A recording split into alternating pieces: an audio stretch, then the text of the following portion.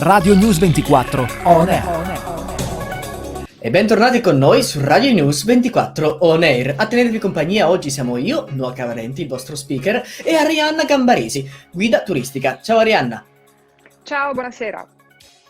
Allora, prima di tutto mi scuso, ma è Gambirasi. Io sono una guida turistica autorizzata ormai da parecchi anni, dal 1998, e ho 2 abilitazioni in realtà, perché al tempo si trattava di prendere abilitazioni addirittura per provincia, e quindi la mia prima abilitazione è nella provincia di Treviso e la seconda abilitazione invece per la mia provincia, che è quella di Venezia, perché io sono una veneziana vera, nata a Venezia, da padre trevigiano però, quindi diciamo che ho accontentato le mie 2 origini facendo i 2 concorsi.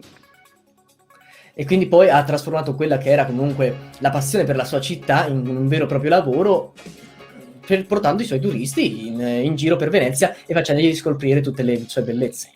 Sì, diciamo che io mi ritengo una persona estremamente fortunata e privilegiata, perché sono riuscita a mettere insieme le mie grandi passioni, che sono la prima, quella per la storia dell'arte, perché di formazione sono una storica dell'arte, mi sono laureata a Venezia con una tesi sul Rinascimento veneziano.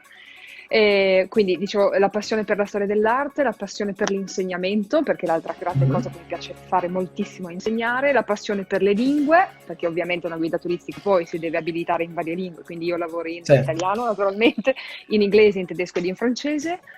E adoro la comunicazione, infatti tengo anche corsi di comunicazione, quindi sono riuscita con questo lavoro a mettere insieme tutte queste cose, e per me è un'esperienza sempre estremamente appassionante ed eccitante. La domanda che spesso ti fanno magari gli amici: ma tu non ti stanchi mai di ripetere? No, no, non ci si stanca, perché poi ogni volta tu hai persone diverse, un pubblico diverso, la famiglia che viene da un luogo piuttosto che da un altro, che parla una lingua piuttosto che un'altra, il gruppo, e quindi ogni volta si co-crea qualcosa di diversissimo, ed è sempre veramente, per me è bellissimo, insomma, è la mia passione, sì. Grazie mille Arianna per essere stata ai nostri microfoni, la ringraziamo molto di averci raccontato la sua storia e la ringraziamo di far scoprire le bellezze di Venezia anche a gente che viene dall'estero. Grazie mille a voi, grazie per questa bella possibilità e un abbraccio a tutti, grazie mille.